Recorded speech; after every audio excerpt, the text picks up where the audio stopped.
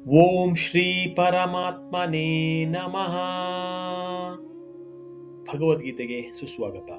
ಇಂದಿನ ವಿಡಿಯೋದಲ್ಲಿ ನಾವು ಮೊದಲ ಅಧ್ಯಾಯ ಅರ್ಜುನ ವಿಷಾದ ಯೋಗದಲ್ಲಿ ಬರುವ 25ನೇ ಶ್ಲೋಕವನ್ನು ತಿಳಿಯೋಣ. ಸಂಸ್ಕೃತದಲ್ಲಿ ಉಚ್ಚಾರ, ಕನ್ನಡದಲ್ಲಿ ಅರ್ಥ ವಿವರಣೆ ಮತ್ತು ಜೀವನ ಪಾಠವನ್ನು ನೋಡೋಣ. ಭಕ್ತಿಯಿಂದ ಆಲಿಸಿ ಇದನ್ನು ನಮ್ಮ ಜೀವನದಲ್ಲಿ ಅಳವಡಿಸಿಕೊಳ್ಳೋಣ. ಭೀಷ್ಮದ್ರೋಣ ಪ್ರಮುಖತಃ ಸರ್ವೇಷಾಂ ಚ ಮಹೀಕ್ಷಿತಾಂ ಉವಾಚ ಪಾರ್ಥ ಪಶ್ಯೈತಾನ್ ಸಮವೇತಾನ್ ಕುರೂನ್ ಇತಿ. ಇನ್ನೊಮ್ಮೆ, ಭೀಷ್ಮದ್ರೋಣ ಪ್ರಮುಖತಃ ಸರ್ವೇಷಾಂ ಚ ಮಹೀಕ್ಷಿತಾಂ ಉವಾಚ ಪಾರ್ಥ ಪಶ್ಯೈತಾನ್ ಸಮವೇತಾನ್ ಕುರೂನ್ ಇತಿ.